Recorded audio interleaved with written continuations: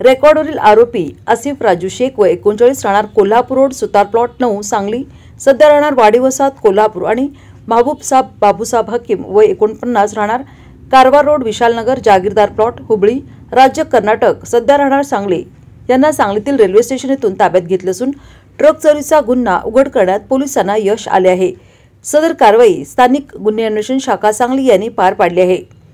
स्थानिक गुन्हे अन्वेषण शाखा सांगलीचे सहाय्यक पोलीस निरीक्षक जयदीप कळेकर यांच्या पथकामधील पोलीस शिपाई संकेत कानडे, ऋषिकेश सदामते आणि अजय बेंद्रे यांना त्यांच्या बातमीदाराकडून बातमी मिळाली की सांगली रेल्वे स्टेशन येथे रेकॉर्डवरील आरोपी आसिफ राजू शेख हा येणार आहे। माहितीबद्दल सदर ठिकाणी सापळा लावून रेकॉर्डवरील आरोपी आसिफ शेख यासह दोघांना पैशाचा व्यवहार चालू असताना पळून जाण्याची संधी न देता ताब्यात घेतले।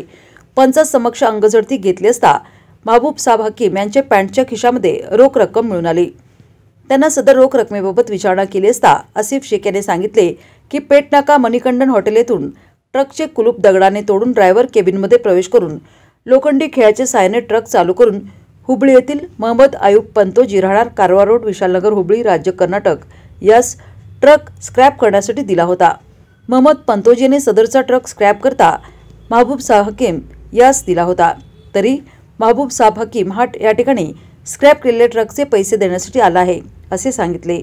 लागलीच त्याच्या कब्जातील रोख 98,000 रुपये रक्कम पुढील तपासकामी सहाय्यक पोलीस निरीक्षक जयदीप कळेकर यांनी पंचासमक्ष जप्त केली आहे। आरोपी आसिफ राजू शेख हा रेकॉर्डवरील गुन्हेगार असून त्याच्यावर यापूर्वी सांगली शहर, सांगली ग्रामीण, इस्लामपूर आणि सातारा जिल्ह्यामध्ये गुन्हे दाखल आहेत। सदर आरोपी आणि जप्त मुद्देमाल पुढील तपासकामी इस्लामपूर पोलीस ठाण्याकडे वर्ग करण्यात आला असून पुढील तपास इस्लामपूर पोलीस ठाणे करीत आहे।